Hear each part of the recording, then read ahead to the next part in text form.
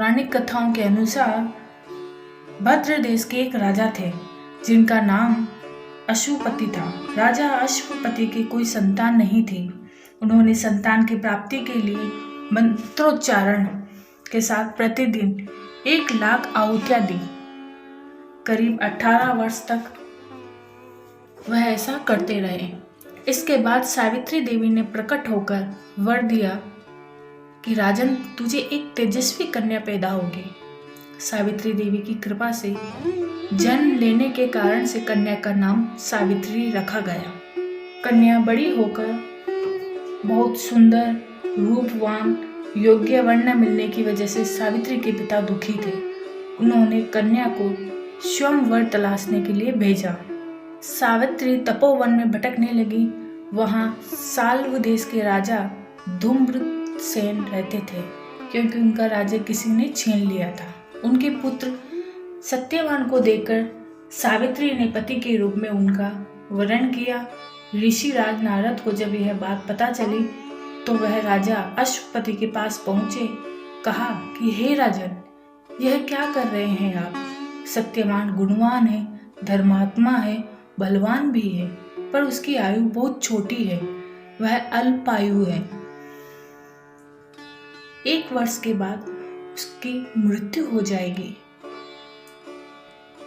ऋषिराज नारद की बात सुनकर राजा अश्वपति घोर चिंता में पड़ गए। सावित्री ने उनसे पूछा।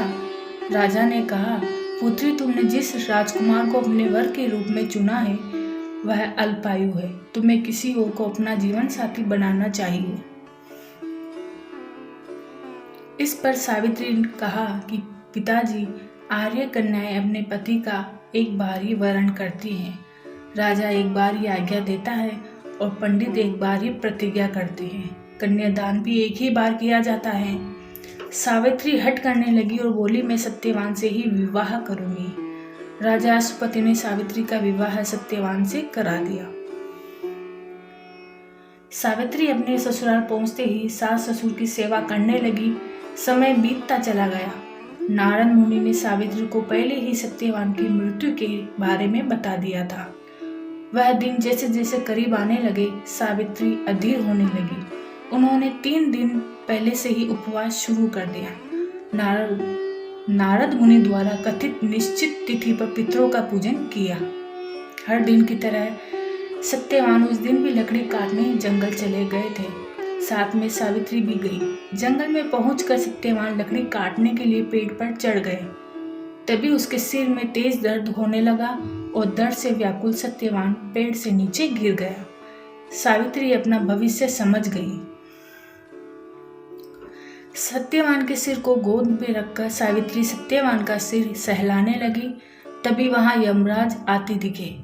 यमराज अपने साथ सत्यवान को ले जाने लगे। सावित्री भी उसके पीछे पीछे चल पड़ी। यमराज ने सावित्री को समझाने की कोशिश की, यही विधि का विधान है, लेकिन सावित्री नहीं मानी। सावित्री की निष्ठा और पतिव्रता को देखकर यमराज ने सावित्री से कहा कि हे देवी, तुम धन्य हो, तुम मुझसे कोई भी वरदान मांगो। सावित्री ने कहा कि मेरे सास ससुर वनवासी और अंधे हैं, उन्हें आप दिव्य ज्योति प्रदान करें। यमराज ने कहा, ऐसा ही होगा।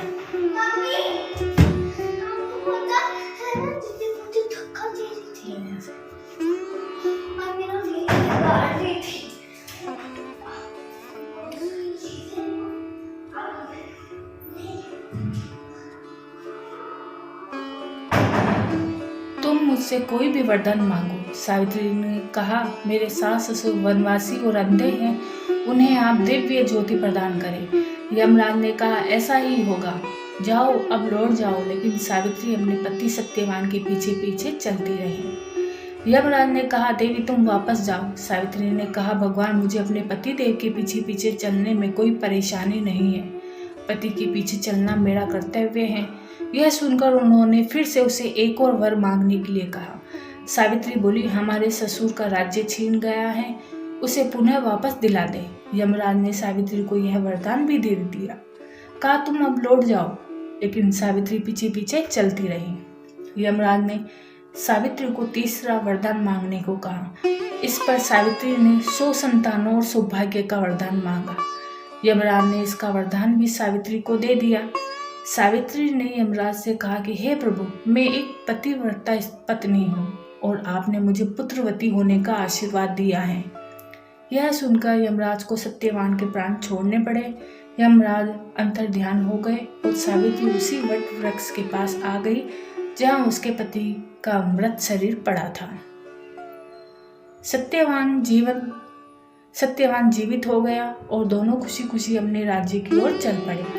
दोनों जब घर पहुंचे तो देखा कि माता पिता को दिव्य ज्योति प्राप्त हुई है और इसी प्रकार सावित्री सत्यवान चिरकाल तक राज्य सुख भोगती रही। दोस्तों, फिलहाल वीडियो में इतना ही। वीडियो पसंद आए तो लाइक करें, शेयर करें और चैनल को सब्सक्राइब करना ना भूलें।